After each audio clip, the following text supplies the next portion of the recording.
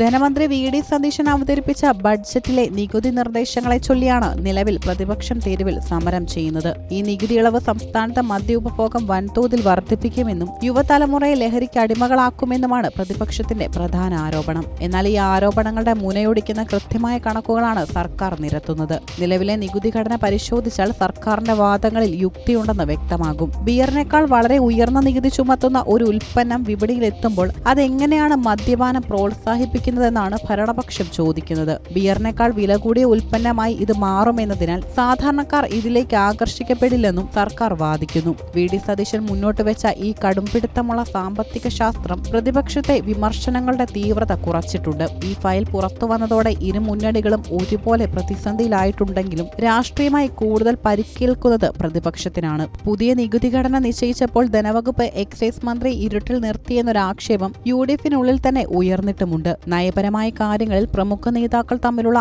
ആശയവിനിമയ കുറവ് മുന്നണിയിൽ അസ്വാരസ്യങ്ങൾക്ക് കാരണമായിട്ടുണ്ട്. എങ്കിലും തങ്ങൾ മുൻ സർക്കാർ കൊണ്ടുവന്ന നയത്തിന്റെ തുടർച്ചയും ഭേദഗതിയും മാത്രമാണ് വരുത്തിയതെന്ന വാദത്തിൽ വി.ഡി. സതീശൻ ഉറച്ചു നിൽക്കുന്നു.